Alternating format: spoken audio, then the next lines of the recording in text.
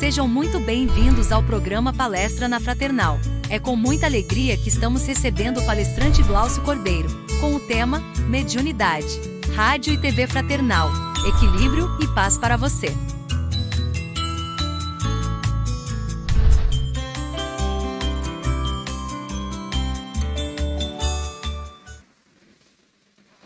Olá, é um prazer, uma honra me reunir a vocês para que possamos trocar algumas ideias a respeito de mediunidade. Até porque essa é uma das pedras no qual se construiu e se fez construir o início da doutrina espírita de esclarecimento para todos nós que estamos aqui em estágio nesse planeta. Foi através da mediunidade que nós obtivemos esclarecimentos, consolos e até hoje nos utilizamos dela para que possamos desenvolver grande parte dos nossos trabalhos. Um fato interessante que nós podemos observar e que foi indicado por vezes pelos nossos amigos espirituais é que a ciência, uma vez, quando debruçada de maneira séria sobre os assuntos da vida, o desenvolvimento da vida, ela vai começar a fazer o papel do verdadeiro sacerdote de nós, seres humanos. Hoje em dia, ela já traz determinados assuntos à luz dos laboratórios, das análises científicas e da matemática, que por vezes deixam descrentes até os maiores núcleos de fé, falando inclusive da criação. E nos parece que a última década chamou muito mais a atenção de todos nós, do ramo da ciência, de que nós temos que procurar mais respostas no universo. E o universo é alguma coisa de fantástico. Com o lançamento agora de mais um telescópio superpoderoso e outros que estão em desenvolvimento, nós temos imagens de diversas galáxias que são, por que não dizer, no linguajar dos nossos amigos espirituais maiores, os quarteirões onde existem diversas outras habitações, diversas outras casas na morada do nosso Pai. Lá se desenvolve a vida de forma diferente, de forma mais atenuante, de forma talvez mais interessante que os nossos aparelhos ainda não conseguiram detectar. Quando nós começamos a discutir sobre o universo, os próprios cientistas começam a encontrar um beco sem saída. E são obrigados, por vezes, a formular determinadas teorias, como da formação. A própria teoria do Big Bang, como se coloca, que tudo estava concentrado num único ponto de matéria, tão denso, tão apertado, que era mais ou menos do tamanho da cidade de Nova York. O universo estava comprimido dentro de uma pequena ilha, como a ilha de Manhattan, para fazer todo o espetáculo que existe hoje de bilhões e bilhões de anos-luz. Parece uma coisa meio maluca. E quando se fala de tempo, mas e antes? Não, antes não existia. Como antes não existia? Não, porque o tempo passou a vigorar a partir do momento zero da expansão do universo. Isso ainda não cabe na nossa cabeça, mas é tão mágico, tão fascinante saber que o tempo não se comporta simplesmente ao rigor da batida dos nossos relógios ou do pulsar dos dígitos dos nossos relógios. O tempo, na interpretação de muitos, ele é hoje um lugar, não mais uma contagem. Porque ele se comporta de forma diferente de acordo com que nós nos deslocamos. E vasculhando tudo isso, o que a gente vai encontrar? A definição maior de que nós somos cercados de pura energia. E essa energia, ela se manifesta de diversas formas. Da forma simplesmente de uma onda, como também na forma material no qual nos encontramos. uma dessas surpresas que os laboratórios e as equações matemáticas dos grandes visionários das ciências trazem é que o nosso universo por si, ele não se sustenta tão somente por aquilo que nós enxergamos. Há diversas camadas que suportam o nosso universo material numa graduação diferente de matéria e de luz. Alguns cálculos, vamos dizer assim, algumas suposições, algumas inspirações pelos nossos matemáticos, supõem que nós temos alguma coisa em torno de 11 camadas que formam diversos universos. Isso para nós do meio espírita não traz determinadas elucubrações, determinados pensamentos, determinadas concepções dos mundos espirituais que nos cercam, que, como foi indicado na própria obra de Kardec, é formado por matéria sutil de maneira diferente que a nossa.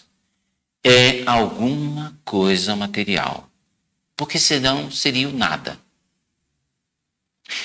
E eles nos indicam que existem elos que interligam essas diversas camadas, formada por matérias que vão se conversando de certa maneira, a interligar, a se condensar e a formar um todo, que ainda não cabe nos nossos conhecimentos. Hoje, a física admite que existe o submundo ou as subpartículas que fazem parte do mundo material. Nela, o pensamento se comporta e a matéria se comporta de maneira diferente do que nós habitualmente assistimos por aqui.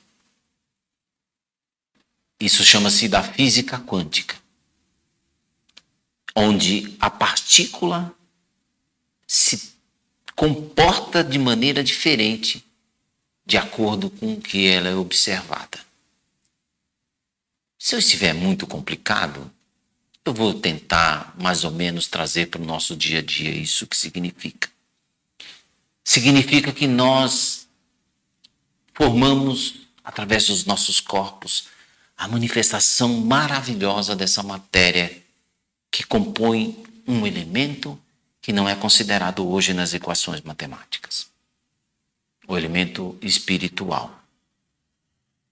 Todos nós, vivos, elementos vivos que apresentam vida, são estágios de um grande projeto chamado o Espírito. Nós, obra divina, obra de nosso Pai, Deus.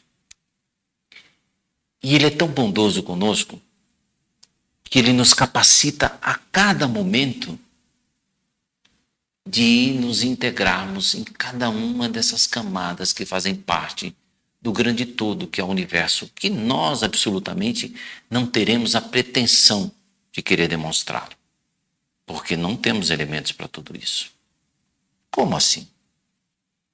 Será que os instrumentos que nós utilizamos hoje para medir nas nossas farmácias, por exemplo, mas hoje no nosso banheiro, para ninguém prestar muita atenção enquanto nós estamos pesando, será que eles servem para pesar também os nossos espíritos, as nossas almas?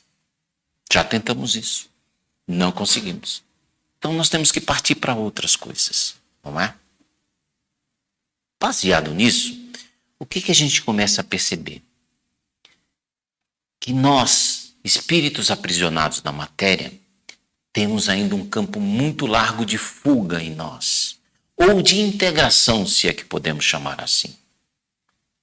E isso faz com que nós, dentro da capacidade individual, do desenvolvimento de cada um de nós, alcancemos esses planos através de um processo intuitivo ou de um processo até mais integrado e assertivo, do qual nós podemos chamar, como o professor Herculano Pires uma vez caracterizou, de seres interexistentes. Ou seja, nós pertencemos a diversos universos ao mesmo tempo. Como nós conseguimos isso? Todos nós, quando começamos nos primeiros bancos da escola, nas aulas de biologia, nós fomos informados que nós possuímos até 5 sentidos. O pai de todos esses sentidos é o tato, a sensação. Depois nós conhecemos a audição, conhecemos a visão, o olfato, né, e o paladar. Dentro dessas possibilidades, dessas sensações, nós desenvolvemos a visão, a voz, a audição. Mas existe um outro elemento que compõe ainda cada um de nós, que vem através dos processos que muitos classificam como extrasensoriais. E que, se nós analisarmos mais profundamente, também fazem parte do processo sensorial. E que nós colocamos como campo da mediunidade. Fato interessante é que muitos dos antropólogos, dos arqueólogos, dos estudiosos do passado, né, que vão verificando principalmente o desenvolvimento da espécie humana, em busca, por vezes, né, daquele chamado o ancestral primordial, que entra muitas das vezes no conflito daquelas mensagens que nós recebemos sobre a formação do homem através de Adão e Eva, etc., que todos nós sabemos se tratar de um compêndio informativo, educativo, esclarecedor para as almas que compõem o nosso planeta em termos de como se formou parte do discernimento humano. Hoje em dia, nós colocamos aí que a nossa espécie mais desenvolvida, do homem sábio, o homem sapiens sapiens, tem aproximadamente 200 mil anos. 150, 200 mil anos aqui presente. Talvez não seja isso. Faltam elementos. A natureza consome muita parte do que somos nós. Mas o fato que nos chama a atenção é que uma das estudiosas observou que o comportamento do nosso esqueleto, que segura, né, o nosso corpo e tudo mais, ele passa por um desenvolvimento como se obedecesse à circunstância de um relógio em cada um dos tempos. Para aqueles que trabalham nos consultórios dentários, começam a verificar que as arcadas dentárias das crianças começam a trazer modificações olhando para um passado de 200 anos, 300 anos.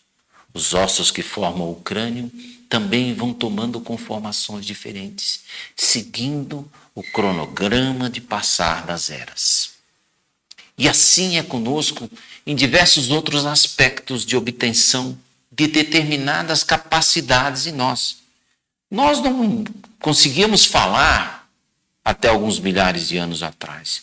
Os nossos sons, as nossas comunicações eram guturais, assim como nós verificamos na maioria dos nossos irmãos que estagiam no campo da irracionalidade ainda, do pensamento fragmentário, né? Nós fomos desenvolvendo isso e todos nós também vamos adquirindo outras capacidades. Onde está escrito isso? Em algum pedaço da nossa cadeia do DNA, que são aqueles tijolinhos que constroem a vida no nosso planeta e no universo, existem ali cerca de 200 a 300 mil componentes.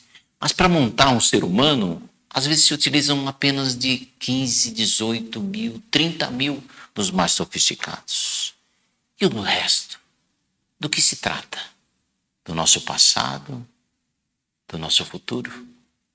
Essas composições, essas interligações vão trazendo para todos nós capacidades. E dentre essas capacidades está do desenvolvimento da nossa antena mediúnica para entrar em contato com mais assertividade com outros planos da vida. Mas todos nós hoje já possuímos essas antenas em nós. De uma maneira tão sutil, de uma maneira tão delicada, respeitosa, por que não dizer, que nos ligam aos núcleos dos nossos interesses de vida. Por que eu destaco do núcleo de interesse de vida? Porque, de maneira primária, quando nós chegamos aqui, nós chegamos de um grupo familiar, espiritual, amplo, muito grande. Comunidades de espíritos que nos ajudam e que, de certa forma, nós também ajudamos nas nossas missões e nas nossas agendas aqui na Terra. Eles nos intuem constantemente quais são os nossos caminhos, mas de uma maneira tão respeitosa e sutil que fazem isso através do processo de inspiração. Até o virar à esquerda ou à direita pode nos levar ao encontro da nossa alma gêmea, se é que nós podemos colocar assim. E interessante que os nossos filhos, por vezes, ou aqueles que serão os nossos filhos, são espíritos que estão do lado de lá, às vezes assim, olha, hoje você vai sair para poder encontrar com a mamãe ou com o papai. Você, de repente, fala assim, hoje eu acho que eu vou num determinado lugar. Que seja daquilo que nos inspira, nos chama atenção. Muitos vão dizer assim, eu vou numa balada, eu vou num show, ou eu vou num templo, ou eu vou no centro espírita, ou eu vou numa escola, ou eu vou numa biblioteca. Porque lá estará parte dos nossos compromissos. E isso acontece de maneira muito sutil em nossas vidas. Leia tal livro, frequente tal lugar, vá a determinada reunião. Tudo isso em termos de inspiração. O que nos classifica, de certa forma, como médiuns. Porque nós ouvimos, todos nós somos médiuns, não é? Mas numa determinada porcentagem. Aqueles que trazem o atributo da mediunidade mais acerbada, mais constante, mais presente, né, nas suas atitudes, esses vêm com um papel diferente, com um papel, muitas das vezes, da missão. Escutam, ouvem, né, tocam, veem de maneira muito mais clara do que nós. Porque estão num processo de tarefa ou missão sérias a serem executadas por aqui. Então a mediunidade é alguma coisa que faz parte do desenvolvimento genético, biológico e espiritual de todos nós. Nós estamos num intercâmbio representando o nosso grupo espiritual familiar aqui, com a missão de nós evoluirmos, de nós melhorarmos. Quando nós temos esse tipo de informação, é fundamental nós observarmos algumas coisas no nosso caminhar. A primeira delas diz respeito à nossa sintonia. E o que é sintonia? É onde você mexe no botão do rádio. Eu faço assim no botão do rádio, porque eu sou no tempo que ainda mexia no rádio. Mas eu sei que a maioria do pessoal hoje vai na tecla, ou mesmo coloca na digitação em que estação quer se conectar, vamos dizer assim, para ouvir a música, ouvir o programa que é do agrado. Mas então nós nos sintonizamos com aquilo que é de nosso interesse, que é do nosso gosto, que é da nossa apreciação. E a nossa sintonia, ela vai de acordo com os nossos valores. Se por acaso, e aí está dentro do nosso livre-arbítrio e dos convites que o mundo nos faz constantemente, se nós começamos a nos desvincular desse grupo de trabalho, começamos a nos afastar desse grupo de trabalho, de certa maneira nós estamos rompendo com uma cadeia de compromisso muito grande. Então, às vezes nós fomos levados a uma igreja, a um templo, ao centro espírita para exercer uma determinada função, do qual nós nos comprometemos muitas das vezes nos nossos processos de planejamento reencarnacional. Então nós combinamos com grande parte das pessoas, olha, vamos lá, porque lá é uma escola de trabalho, de aprendizado, de serviço, para que nós possamos trazer elementos adequados para o nosso desenvolvimento espiritual. E quando nós rompemos com esse programa, nós estamos rompendo com esses nossos amigos, esses nossos familiares espirituais. Quando outras coisas nos interessam. Podemos fazer isso? Sim. Isso pode trazer prejuízos espirituais para nós? Provavelmente sim, dependendo de onde nós vamos nos integrar. O que seria mais importante para nós, né? O que nós estamos buscando nesse momento? Aí está o grupo de interesse que nos cerca, nos intui, nos alimenta mentalmente. Nós formamos uma nova cadeia de amizades daquilo que nós procuramos. Então, sintonia nos leva ao grupo de interesse das coisas imediatas ou não imediatas, das coisas espirituais ou das coisas não espirituais. A verdade é que não existe anjo frustrado no céu. Se nós escolhemos um determinado caminho, nós vamos arcar com todas as consequências, não somente más, mas muitas das vezes diferentes daquilo que nós planejamos. Isso faz parte do nosso livre-arbítrio. Mas como é que nós educamos o nosso livre-arbítrio? Aí entra outra história. Nós já escutamos muitas das vezes, de grande parte do pessoal que desenvolve a tarefa mediúnica, que eles não precisam estudar. Não, o meu mentor me encarrega de tudo. O meu mentor sabe de tudo, eu não preciso estudar, porque tudo ele fala, tudo ele diz. E o que nós sabemos é que quando nós desencarnamos, nós não viramos anjos. Nós continuamos a ser tudo aquilo que nós pensamos, sentimos e apreciamos. E nos colocamos nessa posição no plano espiritual. Então, dependendo da nossa sintonia, nós vamos nos agrupar, como nós já falamos, com esses grupos de interesse. E nesse mundo espiritual existe de tudo. É diferente dos cemitérios, né? Que a gente vai no cemitério e só tem santo lá. Só tem pessoas boas. Eu nunca vi um túmulo com a placa dizendo aqui está um homem mau. No máximo, o pessoal não coloca nada para não comprometer. Mas nós, no nosso desenvolvimento, no nosso imediatismo, naquilo que nós chamamos da maldade, né? Nós também desencarnamos e vamos para o lado de lá. E não viramos anjos com isso.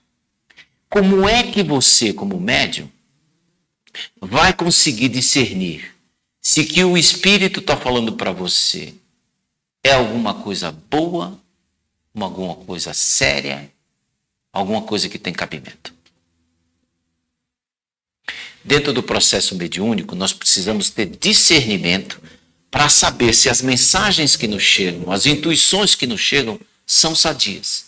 Alguém te propõe fazer alguma coisa de mal ao próximo, não pode estar servindo ao bem.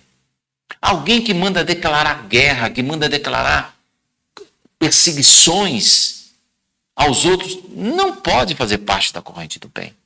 Alguém que manda você desprezar, isolar, comprometer o próximo, não pode fazer parte da corrente do bem. Aí pode-se dizer, não, mas isso é Deus que mandou fazer assim. Quando a gente lê tanto Deus fazendo tanta maldade, será que é o Deus de bondade que Jesus nos apresentou? Como criar o discernimento em nós? Devo fazer isso ou não devo fazer isso? Então, mediunidade, todos nós possuímos em menor ou maior grau.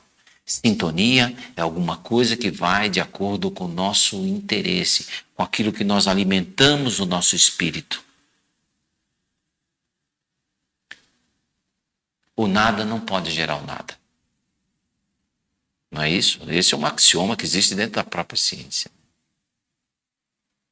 E o bem tem que gerar o bem. O mal não pode gerar o bem.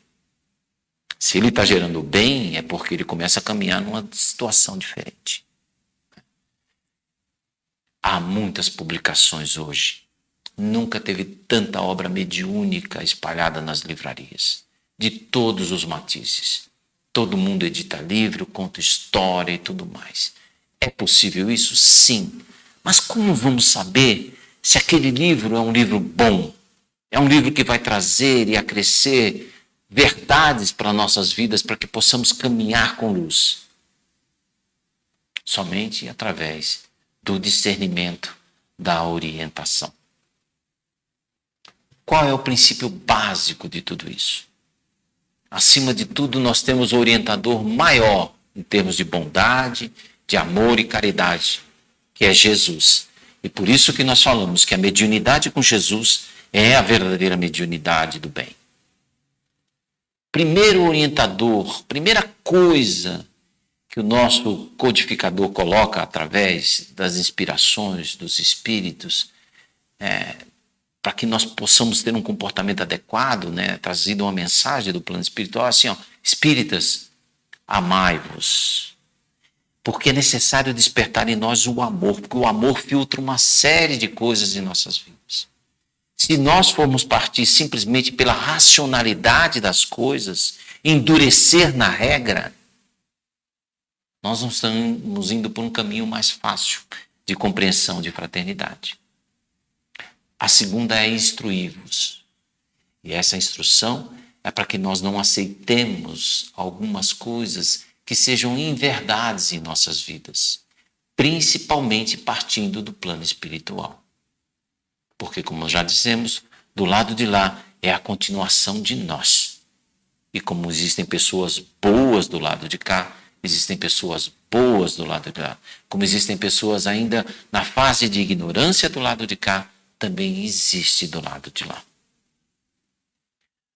A tarefa mediúnica é alguma coisa de sublime, que exige por vezes sacrifícios. E se fazem necessárias em determinados momentos de transição da humanidade. Ela sempre esteve presente em todos os fatos históricos do mundo. O espiritismo não é fato isolado, ele não brotou por si só. Ele vem de uma semente maior, de um processo maior, educativo de nós seres humanos, educativo de nós espíritos aqui presentes. Ele vem através de um processo que nos segue há muitos e muitos milênios. Todas as páginas que possamos encontrar do nosso passado, quando pôde ser registrado, ali nós vamos encontrar um pedaço da inspiração do plano espiritual, nos trazendo novidade.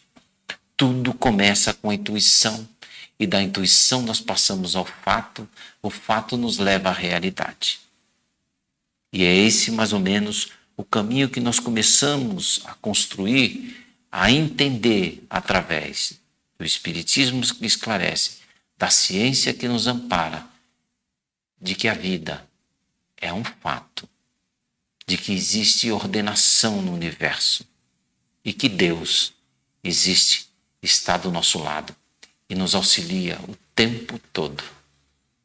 Essa é a cadeia encantadora da consolação, de dizer para todos nós, estamos sim, todos nós, em missão aqui no nosso planeta, para nos desenvolver, para sermos melhores, em conjunto com aqueles que nos inspiram e nos amparam.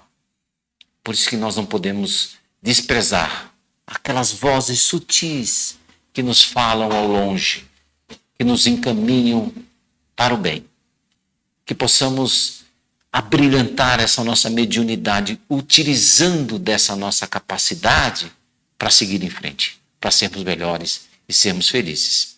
Sempre amparado pelo positivismo, pela confiança e pela fé de que Deus, Jesus e todos os nossos amigos espirituais estão do nosso lado. Muita paz a todos, muita luz. Até a próxima.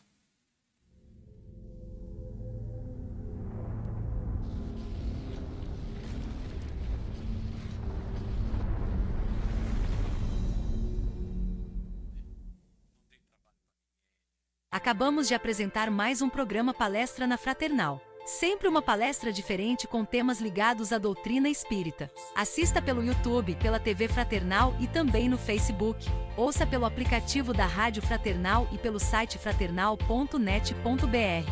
Rádio e TV Fraternal, sempre em sintonia com você.